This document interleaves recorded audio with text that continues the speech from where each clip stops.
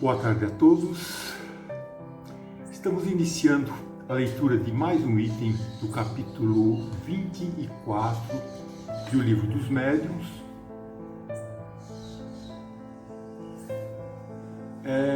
que trata da identidade dos espíritos.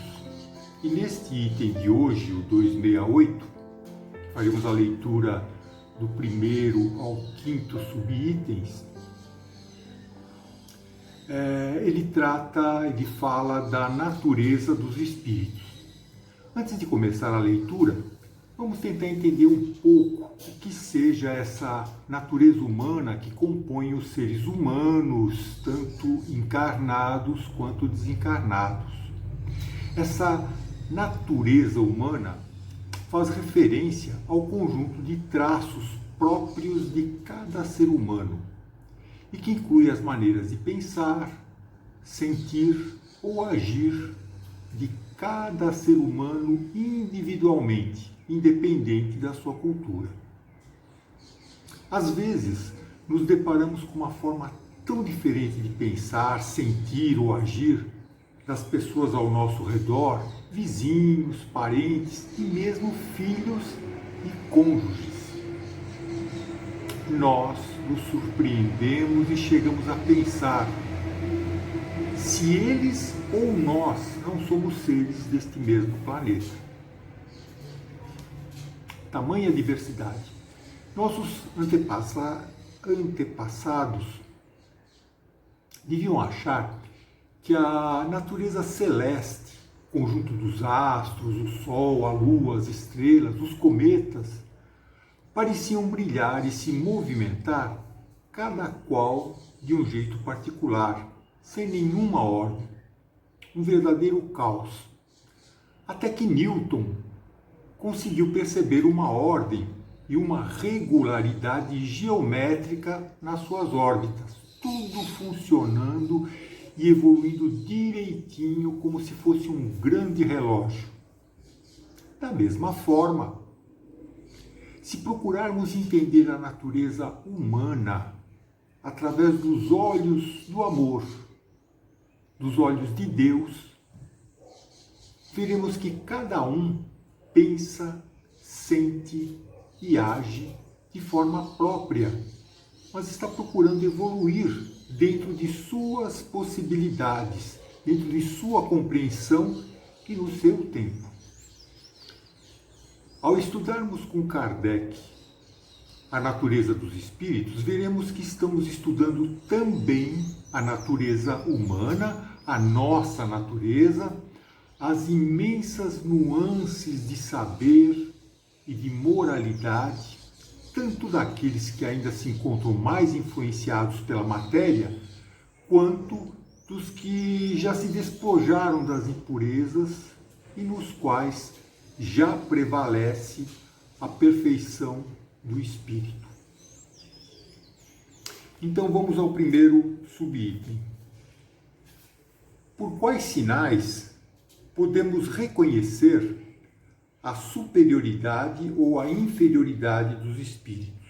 E a resposta: pela sua linguagem, como distingues um estouvado de um homem sensato. Já dissemos que os espíritos superiores nunca se contradizem e só tratam de coisas boas. Só querem o bem. Essa a sua preocupação. Os espíritos inferiores estão dominados pelas ideias materiais. Suas manifestações se ressentem da sua ignorância e da sua imperfeição. Só aos espíritos superiores é dado conhecer todas as coisas e julgá-las sem paixão.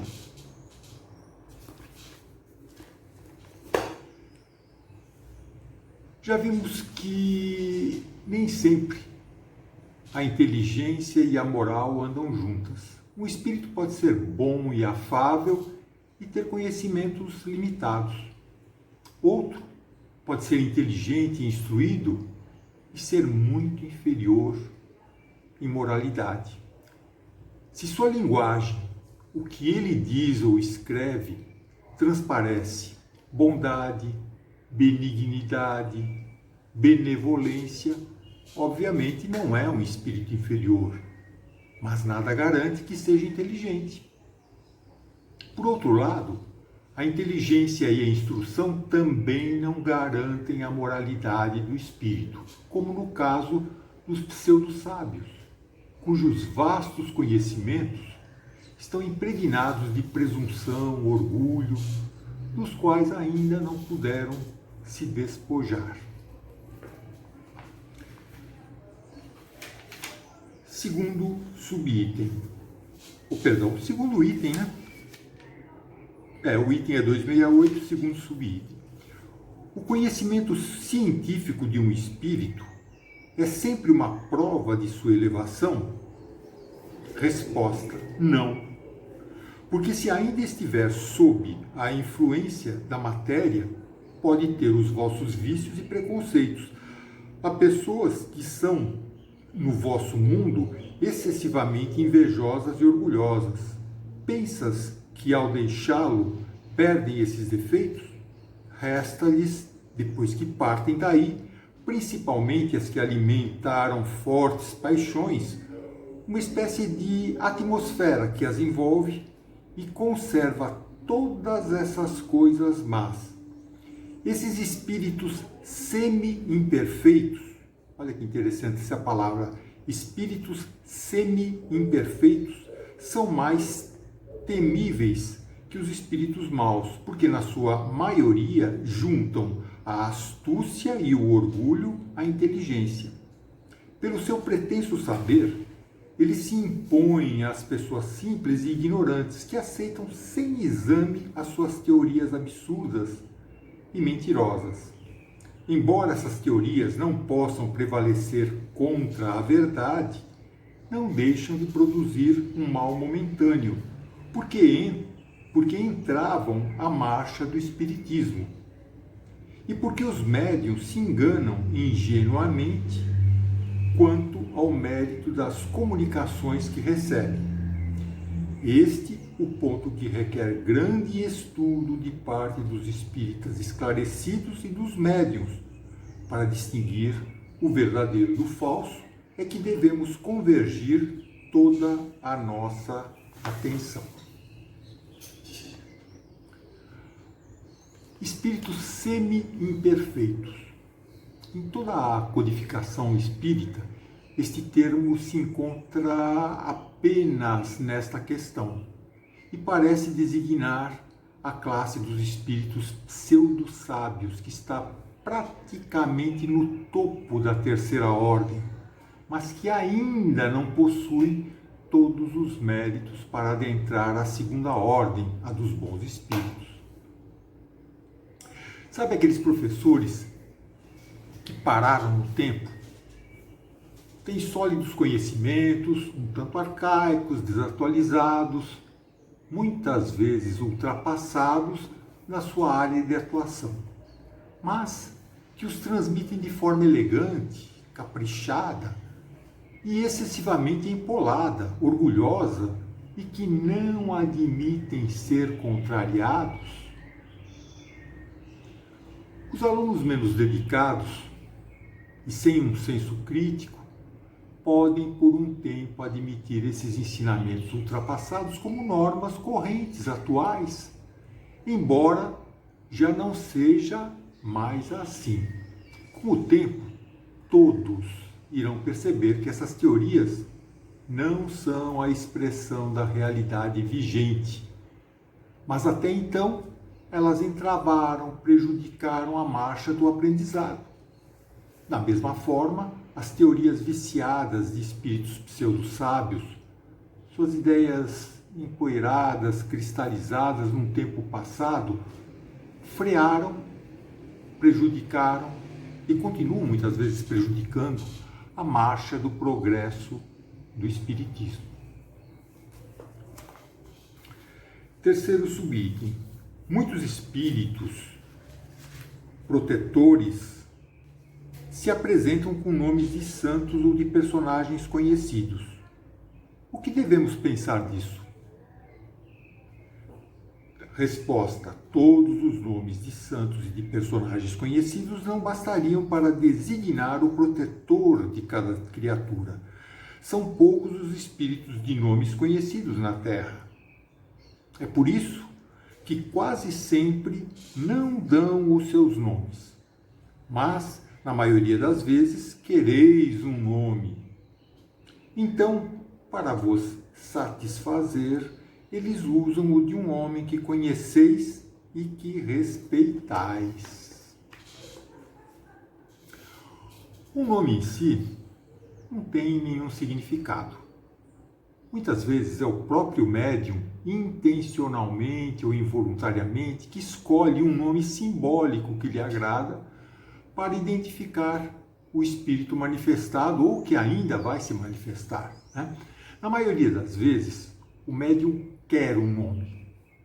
Então, para satisfazê-lo, o espírito intui um nome que para ele seja respeitável, simpático, ou mesmo significativo. Isso, para os bons espíritos, pouco importa.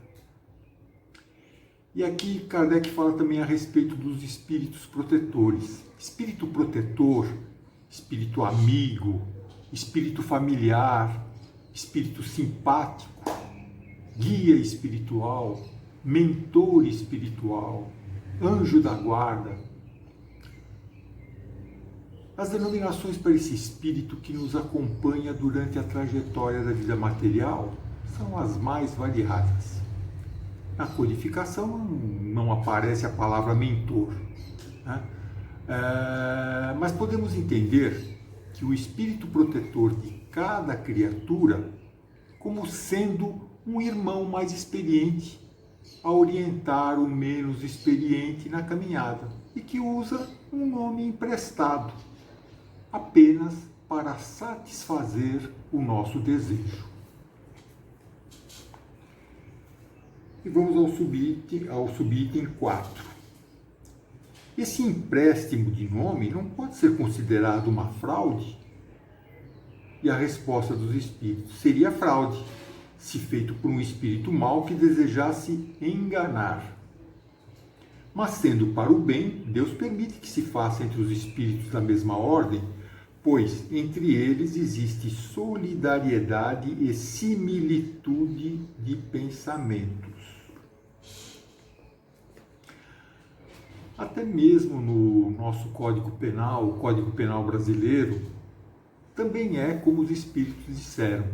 Tem um artigo, o 307, que diz que, abre aspas, só haveria fraude no caso de alguém atribuir-se ou atribuir a terceiro uma falsa identidade para obter vantagem em proveito próprio ou alheio, ou para causar dano a outrem.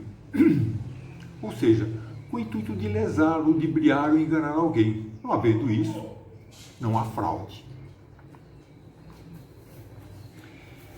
Quinto